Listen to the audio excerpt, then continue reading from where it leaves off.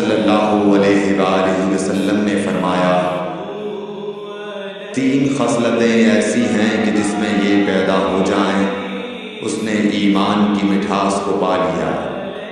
اول یہ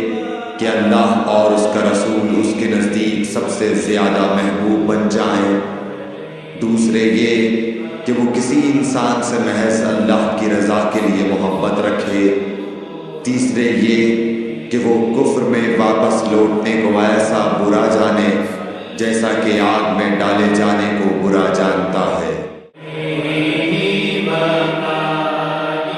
حضور اکرم صلی اللہ علیہ وآلہ وسلم نے فرمایا،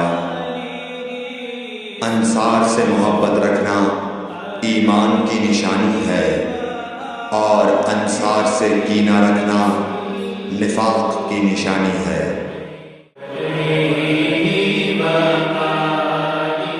رسول اللہ صلی اللہ علیہ وسلم نے اس وقت جب آپ کے گرد صحابہ کی ایک جماعت بیٹھی ہوئی تھی فرمایا کہ مجھ سے بیعت کرو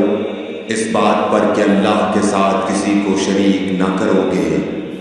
چوری نہ کرو گے، زنا نہ کرو گے،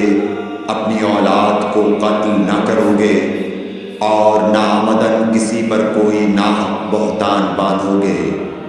اور کسی بھی اچھی بات میں اللہ کی نافرمانی نہ کرو گے۔ جو کوئی تم میں اس عہد کو پورا کرے گا تو اس کا ثواب اللہ کے ذمہ ہے، اور جو کوئی ان بری باتوں میں سے کسی کا ارتکاب کرے اور اسے دنیا میں اسلامی قانون کے تحت سزا دے دی گئی تو یہ سزا اس کے گناہوں کے لیے بدلہ ہو جائے گی، اور جو کوئی ان میں سے کسی بات میں مبتلا ہو گیا اور اللہ نے اس کے گناہ کو چھپا لیا تو پھر اس کا معاملہ اللہ کے حوالے ہے، اگر چاہے معاف کرے اور اگر چاہے سزا دے دے۔ عبادہ کہتے ہیں کہ پھر ہم سب نے ان سب باتوں پر آپ صلی اللہ علیہ وسلم سے بیعت کر لی۔ رسول اللہ صلی اللہ علیہ وسلم نے فرمایا،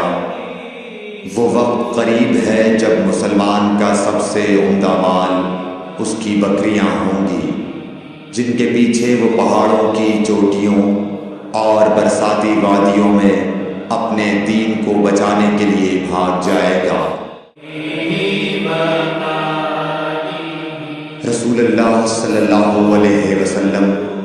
کسی کام کا حکم دیتے تو وہ ایسا ہی کام ہوتا جس کے کرنے کی لوگوں میں طاقت ہوتی۔